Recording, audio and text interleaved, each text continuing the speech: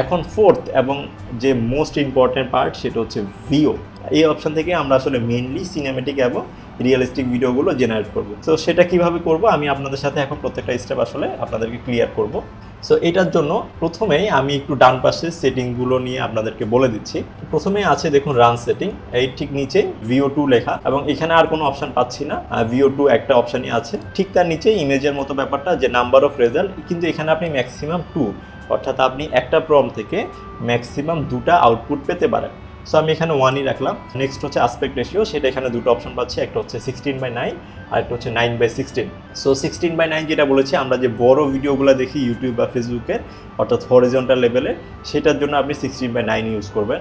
আর যদি আপনি শর্ট কিংবা রিলের জন্য অথবা টিকটকের জন্য যদি কোনো কন্টেন্ট ক্রিয়েট করতে চান, সেক্ষেত্রে আপনি হচ্ছে 9:16 আসপেক্ট রেশিওটা সিলেক্ট করে রাখবেন।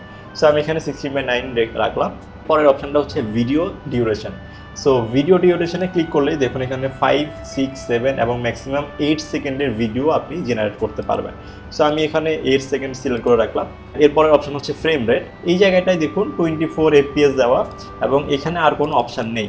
এর কারণ হচ্ছে গুগল VO2 এখন পর্যন্ত আন্ডার ডেভেলপ। সো এটা এখনও পুরোপুরি আসলে ডেভেলপ হয় না এবং প্রতিনিয়ত তারা কাজ করছে, এই জন্য আসলে এখানে আর কোনো অপশান নাই। হোপফুলি খুব রিসেন্ট টাইমে তারা আরও ডেভেলপ করবে এই সাইটটা, তখন ইনশাল্লাহ আমরা ফ্রেম রেটটাও চুজ করতে পারবো। এবং পরের অপশানটা দেখুন রেজুলেশনটাও সেম। এখানে হচ্ছে 720pর বেশি আমরা আসলে ভিডিও জেনারেট করতে পারবো না। এবং হচ্ছে যদি মাউসটা রাখি দেখুন এই পাশে লেখাই আছে যে কামিং সুন। সো হোপফুলি খুব তাড়াতাড়ি আমরা পেয়ে যাব।